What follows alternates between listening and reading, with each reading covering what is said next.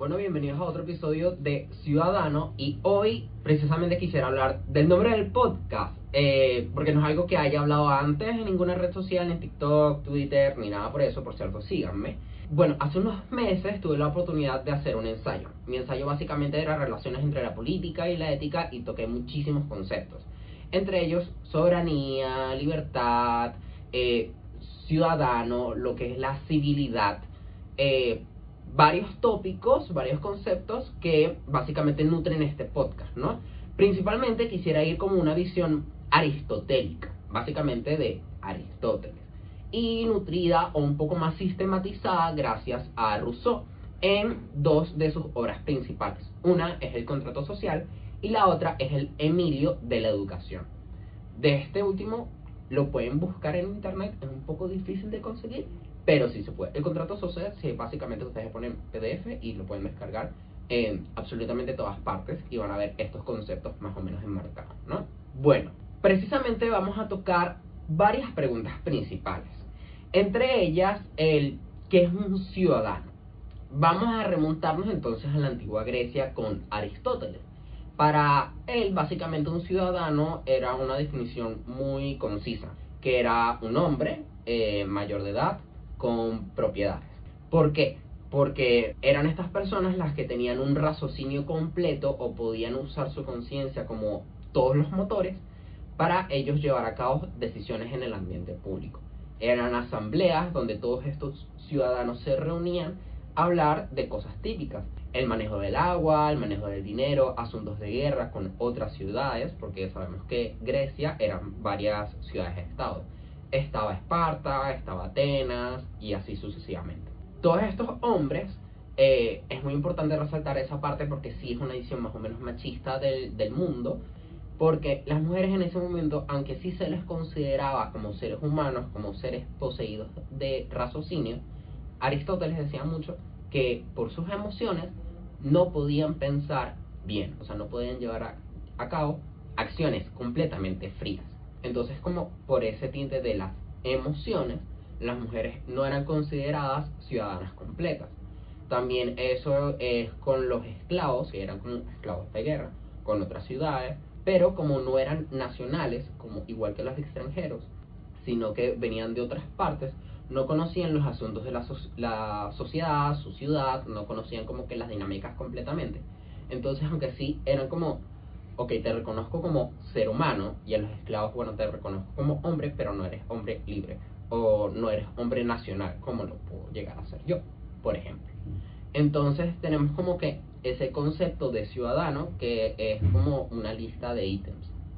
Y eso obviamente va a ir como evolucionando, ¿no? Hay toda una visión filosófica para eso, de Platón, de Sócrates, que viene alimentada precisamente de que el ciudadano puede ver el mundo completo, no solamente como el mundo real o el mundo material, sino también ese mundo de las ideas. Personas dotadas de conciencia que pueden pensar y de allí crear cosas nuevas o crear cosas útiles para la vida pacífica.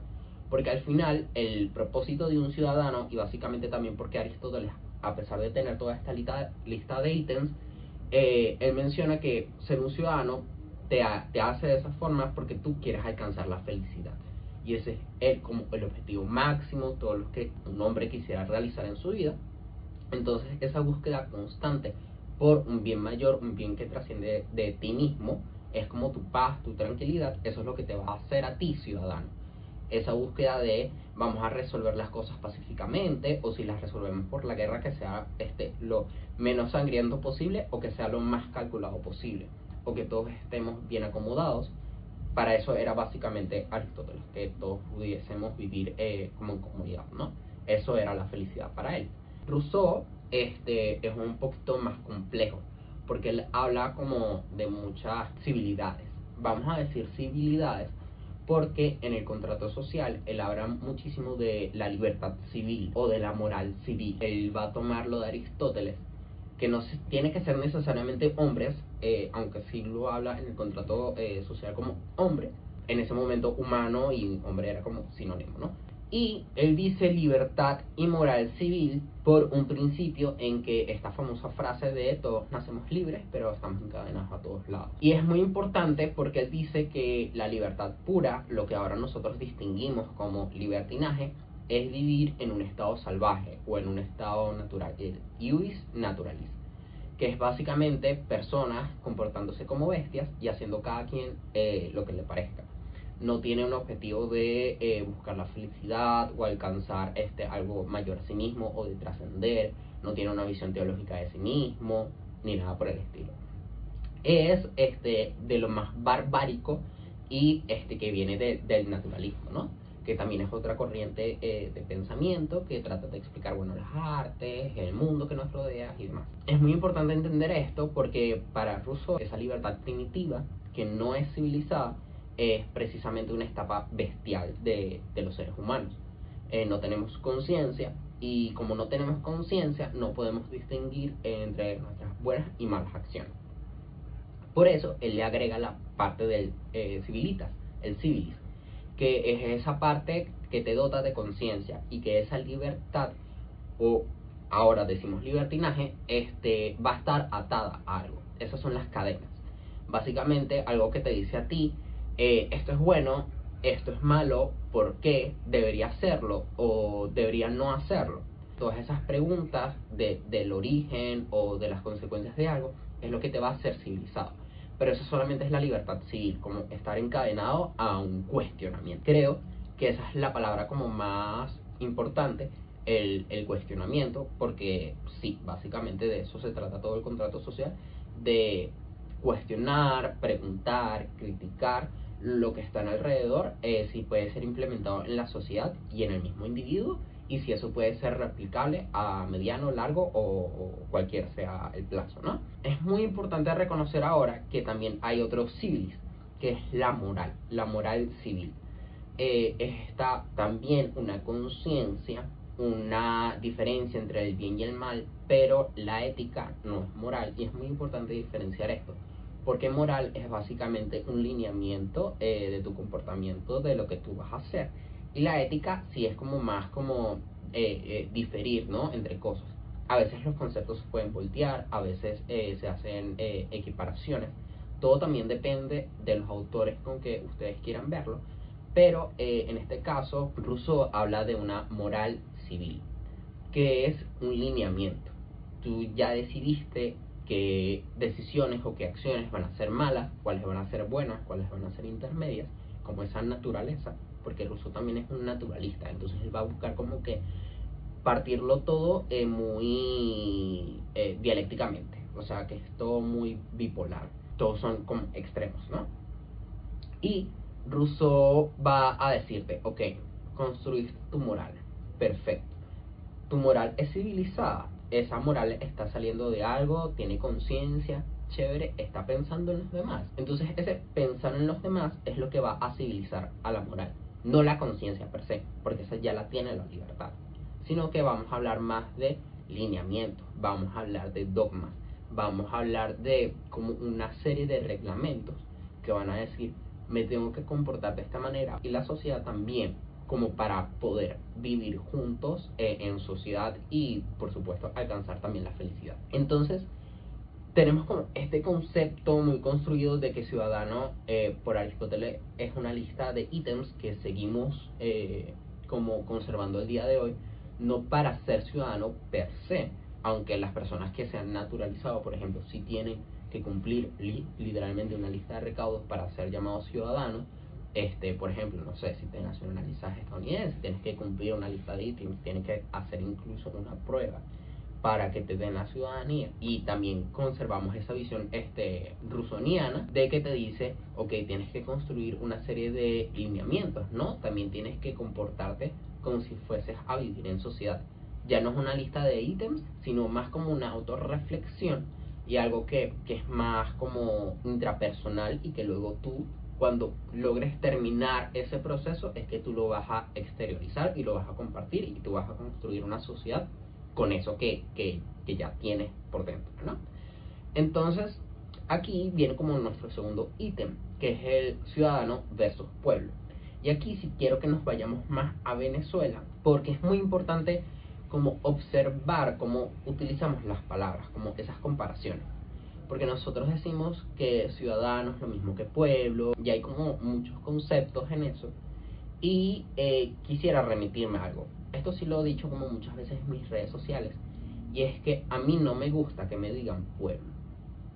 Y para algunos puede sonar una clasificación un poco clasista, como la visión o la manera de percibirlo, pero yo considero que pueblo no se remite a un sitio, no es como que, ay, tú eres de un pueblo, de un pueblerino, no.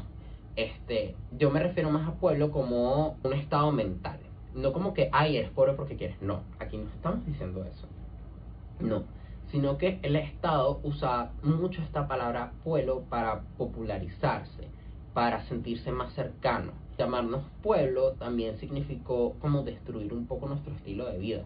Significaba bañarse de agua con todo en vez de bañarte en tu baño. Significaba que la población tenía que irse a los barrios en vez de construir residencias, espacios habitables, dignos, con todos los servicios básicos, agua, luz, electricidad, gas. Pueblo también lleva esa connotación de que se destruyó el sistema educativo, de que las personas ya no ganan tanto como debían ganar, de que ahora la mayoría de personas tienen que matarse trabajando en cosas muy mal pagadas o hacer cosas que nadie quiere hacer. Y esa palabra pueblo ha ido evolucionando y ya es como, yo la considero hasta despectiva. Es como que, porque lo ha dicho tantas veces nuestro Estado, el Estado te ha dicho tantas veces, eres pueblo, eres pueblo, eres pueblo, que tú te llegas a creer que eres pueblo. Y eso lleva con todo ese detrás que acabo de mencionarte, que yo, Milano, ahora soy el Estado y yo quiero que cierta persona deje de ser educada para que no pueda contradecirme. Quiero que esa persona no tenga servicios para yo poder dárselos y tener control sobre sus necesidades básicas. Ahora quiero que esa persona no trabaja para la industria privada ni que pueda hacer el dinero que quiera, sino que tiene que trabajar para mí bajo el sueldo que yo le estipulo, y son sueldos bajos y se lo voy a poner en una posición del trabajo que yo quiera. Entonces, toda esa palabra pueblo viene como un control estatal tan fuerte y tan de quitarle la dignidad de la vida a las personas, que es como, yo no considero que un ciudadano sea lo mismo que un pueblo, y no es así. Considero que pueblo es como quitarle como que esa individualidad, quitarle esa chispa que cada persona tiene. Sí, lo siento, no como un insulto, pero sí como peyorativo. Últimamente ha adquirido como esa visión para mí, y también lo digo, es porque yo vengo con un cierto pasado familiar, con un cierto crecimiento socioeconómico. Puede sonar feo para algunas personas hacer esa distinción, pero es que se supone que todos somos ciudadanos, todos somos personas dotadas de deber y de derecho, que somos todas personas que estamos bajo los mismos reglamentos de la ley, que todos tenemos o podemos acceder a un sistema de justicia, que todos se supone que tenemos unos derechos garantizados para tener una vida digna. Y ser pueblo, construirlo o forjarlo, fue una manera de destruir a otro tipo de población, porque al principio llamarte pueblo no era peyorativo, no era un descalificativo.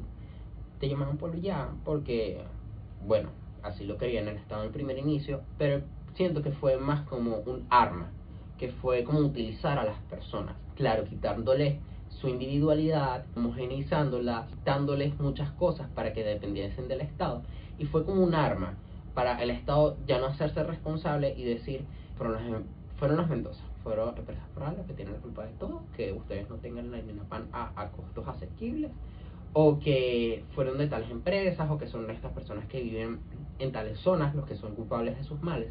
Y creo que es ese mismo, el Estado como que forja un arma, él mismo se sustrae de la ecuación y pone a la población a combatir. Es como venezolanos, como contra venezolanos, porque estamos en tantos bandos que a veces estamos peleando con todo el mundo y no lo reconocemos. Los cifrinos contra los de los barrios, los del barrio peleando entre ellos mismos, los cifrinos peleando los que se quedaron aquí versus los que se salieron. Los que salieron afuera no están peleando entre ellos porque hay los que viven en Estados Unidos, los que se fueron a España y los que emigraron a Latinoamérica.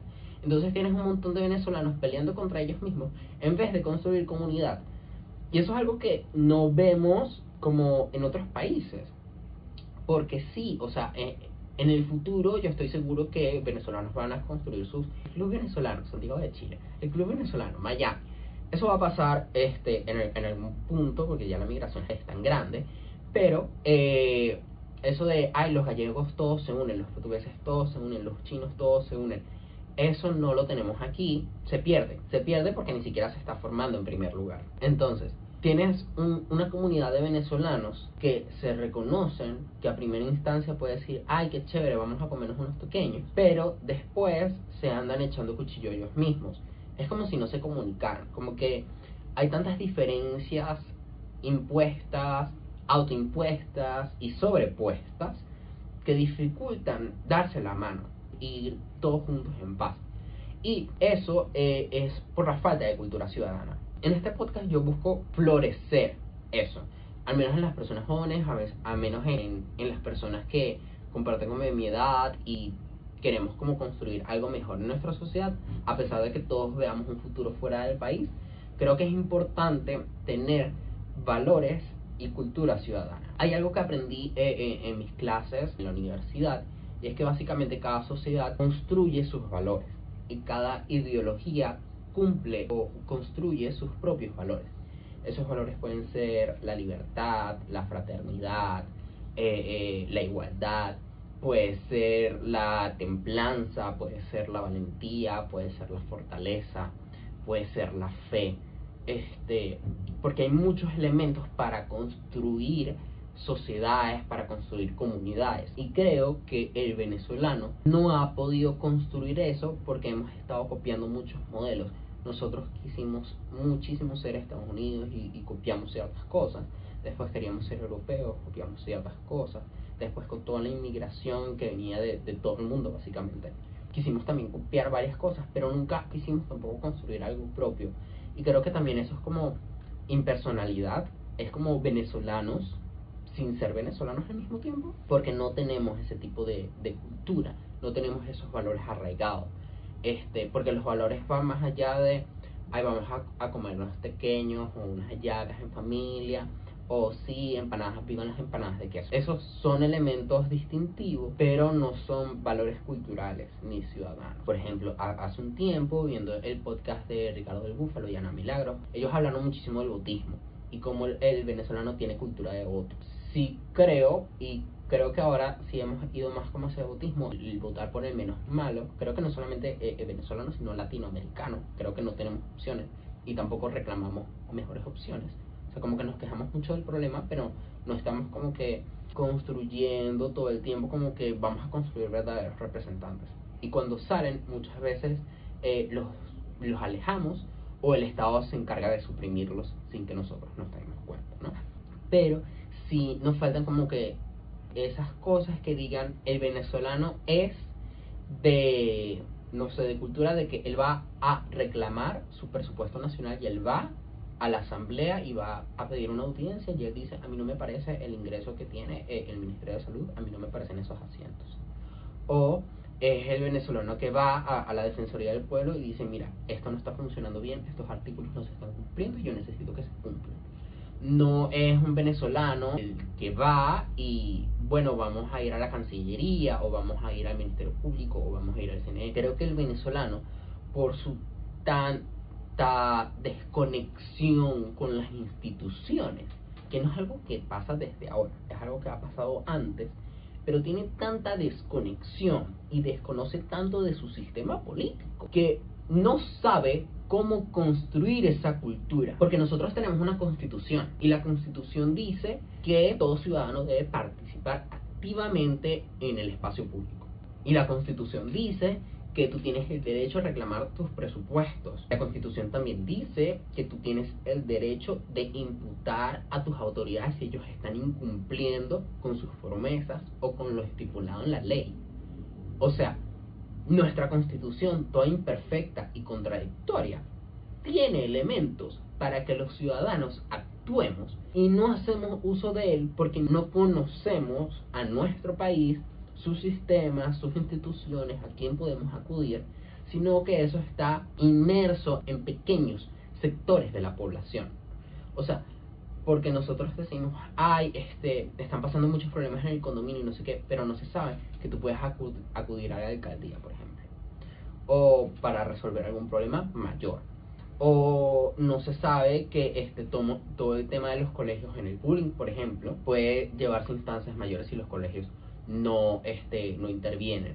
O no se sabe que si cosas tan básicas como que una citación judicial por alguna demanda o algo por el estilo te la tiene que dar un funcionario, no te la puede dar la supuesta persona que te está demandando. Como que, ay, mira, si tengo un papel te voy a citar. No, sino que hay unos mecanismos que la población desconoce. Dígame, en el ambiente laboral hay muchos atropellos que están pasando, que te están contratando por servicios profesionales, o que te están contratando a tiempo completo o tiempos parciales, y que no te pagan a tiempo, o que no te están pagando las indemnizaciones, o que se están haciendo los locos con las facturas. Porque sí, como dato, eso es adicional, a ti te tienen que dar facturas cuando te pagan. Ya eso creo que ni existe, eso ya mucho tiempo lo tienen sin hacer, pero eso existe en la ley y tú puedes reclamar eso. Pero hay tanta desconfianza, por supuesto ganada, pero esa desconfianza no se puede traducir en desconocimiento al funcionamiento del sistema político y de las instituciones y de las autoridades. Tú tienes que conocer, aunque sea para quemar a la gente en Twitter, tú tienes que, por lo menos, mira, no sé, en el registro me están clavando $10,000 por querer comprar un apartamento. Ah, fíjate que no te pueden cobrar $10,000 porque es un precio arbitrario, no sé, porque no te están diciendo cuánto es el porcentaje. Porque a ti te tienen que decir, son tantas unidades tributarias, son tanto el porcentaje. A ti no te dicen, ay, son 10,000, eso es lo que tienes que pagarme para yo registrarte el apartamento. No, tú puedes no ir al registro, tú puedes no pagarlo, pero tú tienes por lo menos en Twitter decir como que, mira, esto no se puede hacer por esto, por esto, por esto. Pero nosotros, ay, eso no se puede hacer, ¿por qué? La gente no sabe. Y eso es cultura ciudadana, eso es tener valores insertados en las venas y saber, yo puedo reclamar, yo conozco qué es lo que pasa, y aunque las instituciones no me salven, no me ayuden o no me presten la atención que necesito, yo por lo menos sé qué es lo que puedo hacer y yo puedo registrar todo lo que está pasando. Para en el caso de que tú al fin recibas ayuda, tú puedas decir, hice todos estos procesos y tenían que llevarse de esta manera, pero no me atendieron. Ah, ya tengo algo con lo que sustentar el caso, ¿no? Todo eso se debe hacer, porque también es algo que hablamos en el episodio anterior, de que todo se tiene que documentar, todo se tiene que registrar. Y eso también es cultura ciudadana, ¿no? Saber de una cultura de voto, una cultura de que sabe quiénes son sus autoridades, una cultura de que sabe cuáles son los procesos, no solamente a nivel nacional, porque a todos nos encanta hablar del país. Ah, pero no sabemos qué pasa en el estado, no sabemos qué pasa en el municipio, no sabemos qué pasa en la alcaldía, no sabemos nada, absolutamente nada. Si acaso sabemos qué es lo que pasa en nuestras casas, porque es lo que tenemos directo a nosotros, y sabemos lo que pasa en el país, tal vez porque nos afecta o nos afecta en un segundo plano, porque hay muchas cosas que pasan que no sabemos, también por desinformación, pero pareciera que tampoco tenemos como las ganas de conocerlo. Y si ser ciudadano precisamente es estar dotado de deber, de derecho, de conciencia, de reglamento, de que tú conozcas, de que tengas cultura, eso significa que todos somos ciudadanos. En concepto o en papel pareciera que sí, pero no todos ejercemos la ciudadanía. Y eso es muy importante. Algo que leí hace muchísimos años cuando estaba empezando, es que el ejercicio de la ciudadanía significa ser un ciudadano honorable y respetable. No que tengas una cierta apariencia y que te vistas en fruto del tiempo, pero esa honorabilidad, ese respeto, es de que las personas precisamente te vean y sepan, esta persona utiliza el paso peatonal, no cruza cuando le da la gana, sino utiliza el paso peatonal cuando está en verde, religiosamente. Es una persona que pasa por todas las instituciones. Hay un problema en las residencias. Bueno, primero va de acuerdo personal, no se reduce personal, bueno, vamos al condominio, no se reduce el condominio, vamos a la alcaldía, si no a la alcaldía, vamos a otras instituciones. Pero es una persona que sigue todos los pasos.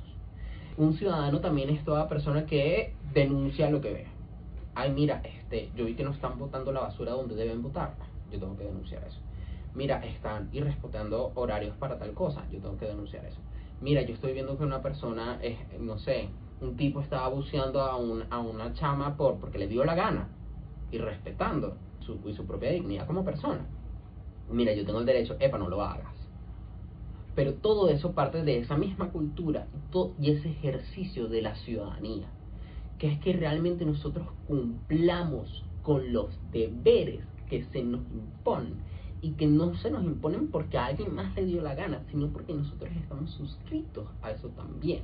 No solamente por nacer en Venezuela, porque ahí está una solicitud para tú renunciar a la ciudadanía. Tú lo puedes hacer si quieres. Pero si tú eres ciudadano, tú eres activamente, estás diciendo, soy venezolano, estoy sujeto a ciertas cosas, tú tienes que cumplir con esos deberes que se te están poniendo para que tú cumplas, para que precisamente tú puedas disfrutar de ciertos derechos. Claro, hay que poner aristas. Estamos en Venezuela. Cuando el Estado no cumple, es muy complicado ejercer tus derechos, disfrutarlos y, por supuesto, cumplir con tus deberes, porque el Estado también se hace el loco, te impone deberes que no tienes que cumplir, como, ay, voy a marchar porque si no te quito un trabajo. No. O ay, no le pares a eso del registro, tú puedes ir ahí y sin registrarlo, tú puedes invadir algo y quédatelo.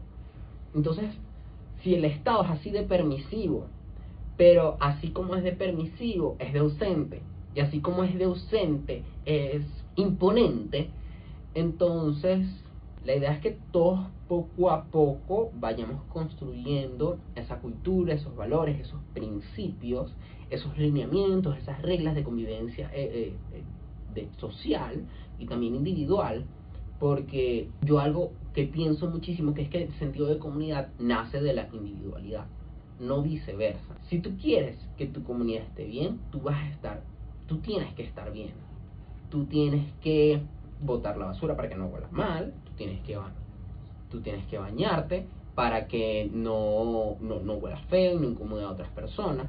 Tú tienes que ganarte tu dinero honestamente para no perjudicar a otros, a los que están cerca, a los que ganan a los que también disfrutan de ese dinero tuyo, o para simplemente como que no extender ese problema a terceros.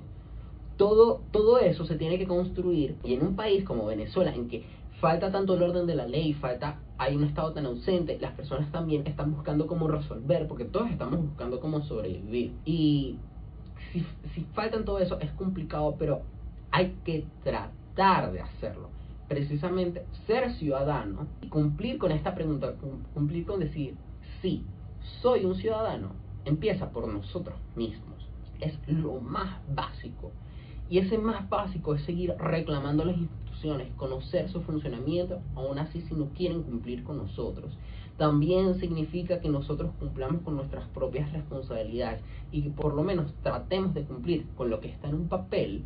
Y aunque el papel no se cumple, nosotros tenemos la disposición de hacerlo, porque el ciudadano tiene que estar dispuesto a cumplir para que otros estén dispuestos a dar. Y creo que es esa parte y parte. Por supuesto que no puedes estar dispuesto a dar todo y a que abusen de tu cualidad ciudadana, pero se tiene que medir muy bien. Creo que es algo de muchas aristas que se tiene que comprender muy bien, se tiene que leer, se tiene que investigar, pero lo dejo allí. Es importante rescatar y construir esa cultura. Ahora quisiera ir con un pequeño espacio publicitario y seguimos con el episodio. Ahora quisiera hacer otras preguntas también, y es que ahorita hablamos de si todos somos ciudadanos, y bueno, tenemos algunas cositas allí de que sí podemos ser ciudadanos, pero tenemos que ejercer la ciudadanía. Pero ahora vamos como a otro polo, ¿no? Un ciudadano deja de serlo en algún momento, porque no basta con renunciar a la ciudadanía o decir, ay, ya no quiero ser venezolano, voy a firmar el papel y me voy. No. O tener otra nacionalidad y como que, ay, mira, ya tengo plan B. No. Un ciudadano no es que deje de serlo, porque todos seguimos siendo ciudadanos, todos seguimos teniendo derechos humanos, todos seguimos teniendo derechos, también tenemos deberes con nosotros mismos y con la sociedad. Y no es un estatus que se pierde. Pero indudablemente puedes decir que bajas de categoría, si lo podemos decir de alguna forma, muy entre comillas, con muchas pies de notas, pero no es que pierda ser ciudadano, creo que sí pierde ciertas cosas. Por supuesto hablamos de personas antisociales, por ejemplo, que se cometen crímenes, que tienes que ir, pasar por todo un sistema de justicia, no dejas de ser ciudadano, pero sí pierdes cosas como tu libertad, por ejemplo, se pone como una libertad limitada, controlada. Y ese es como el caso general, pero también creo que un ciudadano, si lo llevamos como a otros aspectos, puede ser esa pérdida de cultura, ¿no? Y ser instrumentalizado. Volvemos al ciudadano versus pueblo. Creo que el ciudadano en sí siempre lo es, siempre es consciente de que lo es, pero puede perder esas ciertas características que lo hacen de esa manera cuando lo utilizan como un arma, que es básicamente lo que hizo el chavismo en este país. Se construyó un pueblo, ¿verdad? Se despersonalizó, se homogeneizó a una parte de la población para ser un arma, para repetir cosas, para atacar a otros venezolanos, siendo todos de la misma nacionalidad, siendo todos que compartimos problemas muy similares, porque, bueno, estamos en un país que el 5% de la población es lo que se sale de la norma, el otro 95% seguimos ahí, tal vez habrá otro 5 o 10% que podrá salir un poquito, pero seguimos todos más o menos en las mismas, padecemos básicamente los mismos problemas, unos más agravados que otros. Pero forjarte como arma e instrumentalizarte forma parte de ese dejar de ser ciudadano.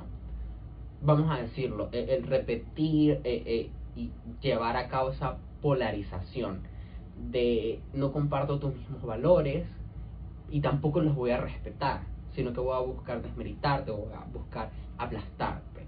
Creo que eso es una forma de perder esa ciudadanía, como ese compañerismo o ese sentido de comunidad. También significa criticar a todo el mundo ahora que tenemos tan fácil las redes sociales de decir que alguien estaba hablando por su aspecto. Es una forma de no escucharlo o irrespetarlo o insultarle.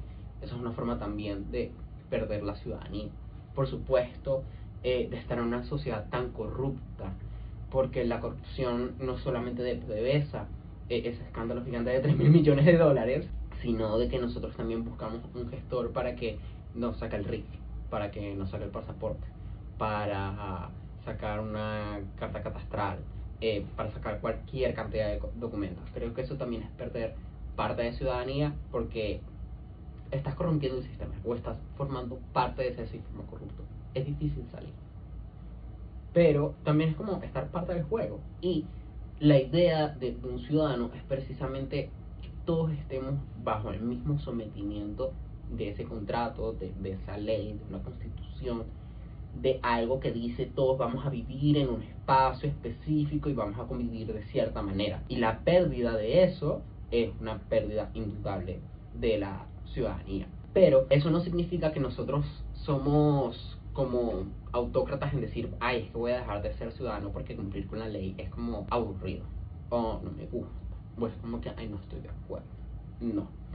Creo que otras personas, hablamos de la instrumentalización, creo que otras personas, los de arriba, o otras personas externas a nosotros, también buscan que dejemos de ser ciudadanos, de que nos convirtamos en otra cosa, que nos convirtamos en pueblo, o que nos convirtamos en números, que nos convirtamos en carteras, o cualquier otro tipo de cosa. Creo que el sentido de ciudadanía, la pérdida viene desde la despersonalización, de quitarle nombre a las personas y decir esto es un número, porque sí, ok, yo tengo una cédula que tiene mi nombre y demás, eso es un número, ok, pero está identificado conmigo y tiene mis comportamientos y tiene dónde vivo y tiene qué es lo que he hecho o lo que voy a hacer con mi vida.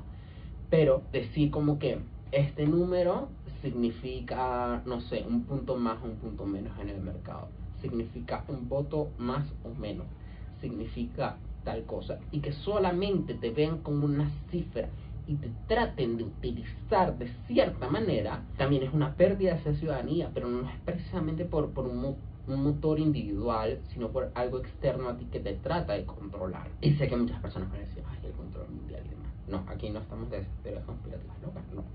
Pero indudablemente hay controles estatales, hay controles económicos que guían nuestros comportamientos a ciertas tendencias. Esa es una muy palabra clave, porque no es un control en sí, sino es guiarte a que tomes una tendencia u otra.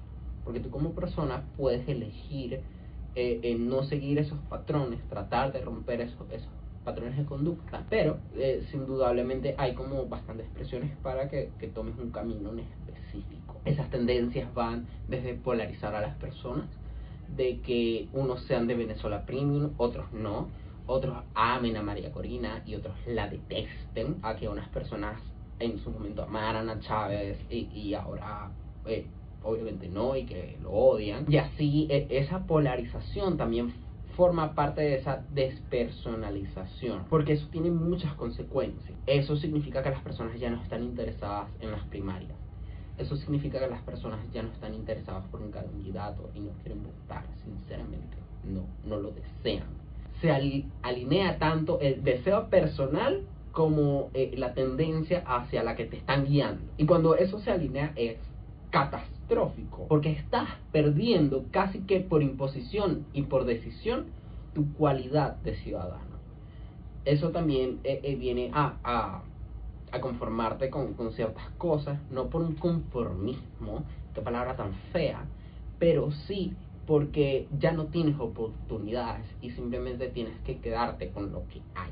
No querer aspirar a más, sino no poder aspirar a más. Creo que también es esa parte como de la alineación, de que tú realmente no puedes luchar por una calidad mejor de vida, una vida digna, o que no puedas convivir pacíficamente con las personas porque se meten en tu vida o porque no muestran ningún tipo de interés. No puedes construir una comunidad, un círculo de apoyo para ti. Creo que todo ese tipo de cosas colaboran muchísimo a que nos alineemos por acción, por pensamiento y por valor propio hacia el dejar de ser ciudadano.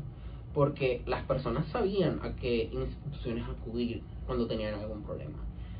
Las personas sabían qué hacer cuando querían reclamar. Las personas sabían qué hacer, cómo ejercer sus derechos también. Y el desconocimiento de todas esas cosas se logró porque había una alineación.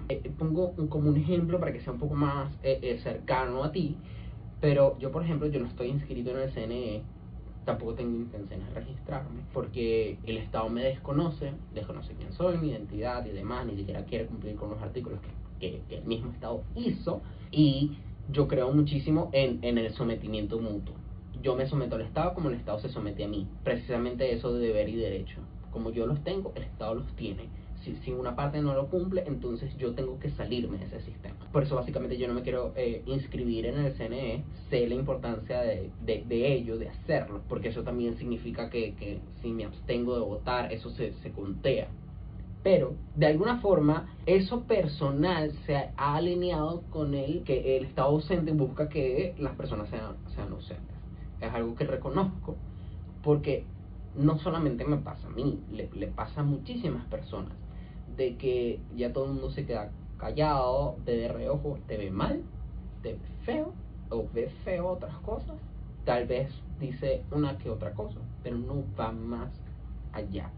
El ciudadano va más allá, y quien no lo es, se queda donde está. Y eso es como un abridor de mente, porque es dejar de construir país, es dejar de construir comunidad, es dejar de construir sociedad. El dejar de ser ciudadano es una pérdida total de tus derechos y deberes contigo mismo y con los demás. Es dejar de estar sometido a un contrato social sin buscar construir uno nuevo ni buscar uno en reemplazo. También por eso creo que los venezolanos cuando emigran se encuentran con estos golpes tan fuertes culturales, porque sales de una sociedad sin cultura ciudadana, despersonalizada, homogénea en el ser pueblo, a encontrarse con una sociedad completamente civilizada. Personas que conocen lo que tienen que hacer, lo que no tienen que hacer, cómo deben hacerlo. Y no es algo como que hay romper parámetros porque a mí no me parece, no, sino que hasta para romper parámetros tienen mecanismos. Como, mira, a mí no me parece tal ley, o a mí no me parece tal comportamiento. Y hasta eso es he pasado por las instituciones para ver si y reconocer verdaderamente esto es algo que tenemos que dejar que hacer o esto es algo nuevo que tenemos que hacer. Hasta el punto que hay sociedades en que rara vez supervisan el funcionamiento de todo como va. Por ejemplo, en Alemania tú tienes que pagar el metro, pero no hay nadie diciendo paso no. Es más, no hay ni siquiera como torniquetes, tienen como unos pasantes que registran personas que van y entran claramente, que eso también forma parte como de datos que se recogen, y para el funcionamiento tú sabes que tienes que pagar, tú sabes que tienes que comprar una tarjeta del metro, tú sabes que eso funciona con tus viajes y demás, y no te la piden. A veces va pasando alguien que te lo sella o que verifica, tienes boleto o pagaste el tren. Si no pagaste te multan, porque es incumplir las reglas de la sociedad, y esa multa significa, la gente lo ve, o el venezolano ve que las multas son, en esa pérdida de la ciudadanía también, ve que es como un castigo. Realmente las multas o esas penalizaciones son para reparar tejido social. En el anterior episodio hablamos de tejido social, de toda como una maraña de cosas, como una telaraña que tiene muchas intersecciones en el comportamiento social, el comportamiento político, los sistemas, instituciones y demás, etcétera. Pero reparar ese tejido social es que todos sigan bajo ese mismo sometimiento de la ley y que todos sean precisamente iguales en deber y en derecho. Si tú no pagaste tu tarjeta de metro, tú tienes que pagar una multa por daños. Tú tienes que, un agravante porque no lo pagaste. Y por supuesto la tarifa del metro, daño reparado. Tú ya sabes que tú tienes que pagar tu tarjeta y que tú no tienes que volver a hacer eso. Y así funcionan las multas. Pero también, obviamente, parte del degrade de ese tejido social, parte que aquí te multan, no sabes por qué te multan, no te dan las razones, no te explican, ni siquiera sabes cómo pagar tu multa o cómo cumplir con esa multa. Están impuestas sobre algo intangible o que no sabemos reconocer, y como que todo forma parte para que se dé ese incumplimiento. Entonces, el tejido social, su descomposición es lo que hace que nosotros dejemos de ser ciudadanos, de seguir esos reglamentos, de seguir esos lineamientos en lo que hablamos de hacer, lo que no debes hacer y todo lo demás, todo lo que está en medio y todo lo que está afuera de ello. Porque eso es ser ciudadano, estar todos juntos como en una masa, como dice Rousseau, en una masa, en una voluntad general. Cada quien tiene sus objetivos, pero esa voluntad general tiene un objetivo mayor que lo quiere alcanzar y que todos están en pro de alcanzarlo, y que para alcanzarlo construyen lineamientos para que sea realizable, materializable. Aquí viene una pregunta súper importante. ¿Cómo lo hacemos? ¿Cómo construimos cultura ciudadana? ¡Wow! Ahí eso es lo difícil. Porque todo lo que hablamos es fácil. Lo puedo hablar yo con palabras sencillas, y lo pueden hablar especialistas. Se puede discutir, se pueden hacer informes, reportes, lo que se quiera de ello. Pero hacerlo es muy complicado. Porque los ciudadanos no saben que son ciudadanos. Hay unos que dejaron de ser ciudadanos y hay otros que quieren ser ciudadanos pero no logran hacerlo. Y hay otros que quieren dejar de serlo por deseo propio. Entonces, ¿cómo empezamos? Si el Estado no lo facilita, si no hay instituciones, si las personas no quieren, si ONGs, a pesar de que quieren impulsar, no tengan el motor suficiente o no tengan ese poder de tracción necesario para construir cultura ciudadana, ¿cómo logramos que las personas pasen por un paso peatonal cuando el semáforo está en verde? ¿Cómo hacemos que los carros no se paren justo en el paso? ¿Cómo hacemos para agarrar la camioneta en la estación que es? ¿Cómo hacemos para que el registrador cumpla con los artículos de ley de cambio de nombre del artículo 146 de registro civil? O para que no te cobren una millonada registrando una propiedad de un bien inmueble. ¿Cómo hacemos para que los derechos laborales se cumplan y los patronos no abusen de su poder? Para que las personas no pierdan sus trabajos y les paguen lo que tienen que hacer. ¿Cómo hacemos para que las personas dejen de ser cargadas con 16%, con 3%, con 11% de IVA en cada transacción que hagan, cuando son impuestos que a veces eso no lo tiene que pagar el consumidor? Entonces, vamos desde lo mínimo hasta lo máximo, porque todo forma parte de una misma línea. Y lo que puede empezar a hacerse es una campaña comunicacional, que sí, que el Estado tiene la capacidad para llevarla a cabo, pero una campaña comunicacional es estrella para esto. Y les voy a comentar algo que sucedió en la construcción del metro de Caracas. En ese momento, el metro de Caracas, uno de los mejores sistemas en el mundo, de hecho, tenía reglas por los parlantes, por los avisos, incluso en las mismas cabinas, y también el personal del metro te daba instrucciones y te decía: ¿tienes algún problema? Puedes acudir aquí. El botón se usa solamente en casos de emergencia. Para esto, para esto, para esto. Se les enseñaba a las personas los códigos del metro, para que cuando escucharan, supiesen: es un robo, es una persona que sufrió algún percance médico, es que alguien se perdió, es que hay un desajuste en las vías, es que el tren tuvo un accidente, es que viene uno y no se puede pasar, hay que esperar 10 minutos para seguir avanzando. Esos códigos se enseñaban, y hay personas que todavía los recuerdan porque obviamente es un sistema que todavía se usa, pero eso es una campaña comunicacional ambientada en un objetivo específico: que el metro funcionara, que las personas supieran de su funcionamiento y lo cuidaran. Por eso era uno de los mejores sistemas, no solamente por una infraestructura súper avanzada y moderna en su tiempo, no, sino que también venía acompañada de un sistema en el que todo el mundo iba a estar inmerso. Y si algo se estaba de desacuerdo dentro de ese sistema, tú tenías los recursos para ir y cambiarlo. No autocráticamente, por supuesto, porque se supone que estamos en una república democrática, se supone. O bueno, en esos tiempos estábamos, entre comillas también, ¿no? Pero todo eso forma de un principio de esas campañas comunicacionales. También algo que hacen algunas ONGs muy variadas, por ejemplo, Acción Solidaria o Voto Joven, que tienen dos objetivos distintos, pero el ejercicio de las campañas comunicacionales no son tan efectivos como si lo hiciera el Estado, pero son muy efectivas porque han ayudado a comunidades enteras. Porque en este país ya se está tratando de acceder a los antirretrovirales, se está tratando de enseñar a las personas de educación sexual, y hay por lo menos un proyecto en Amnistía Internacional que es otra parte, que es de escuelas seguras para enseñar diversidad. También en Voto Joven está concientizando a la población, porque como eso no viene de arriba, se está tratando de concientizar a los jóvenes de la importancia del voto, de qué es lo que hace, por qué deberíamos ir, y es un impulso constante. Son esas campañas comunicacionales con las que empezamos a hacer cultura ciudadana y empezamos a reconstruir ese tejido social, que es lo que nos falta. Y sí, tiene que venir del Estado, es lo ideal, pero no tenemos eso. Y a veces el Estado tiene mucha capacidad, pero a veces no tiene capacidad para todo. Debería facilitarlo. Pero hay ONGs, desde la misma familia, desde tu individualidad, también lo puedes hacer.